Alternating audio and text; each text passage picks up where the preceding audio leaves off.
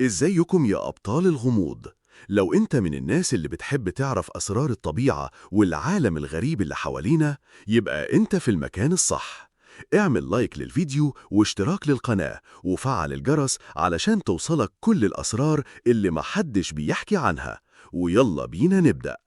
تخيل تمشي فوق بحيرة جليدية وكل شيء هادي ورايق، بس تحت رجليك في عالم كامل مدفون، جليد عمره آلاف السنين ومخلوقات اتحبست فيه من عصور منقرضة، حتى فيروسات لسه عايشة.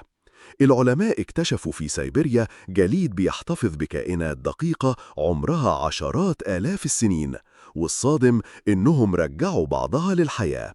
يعني فيروسات قديمة نايمة من آلاف السنين صحيوا تاني. ومع ذوبان الجليد بسبب تغير المناخ، في حاجات مرعبة ممكن تخرج. الجليد مش بس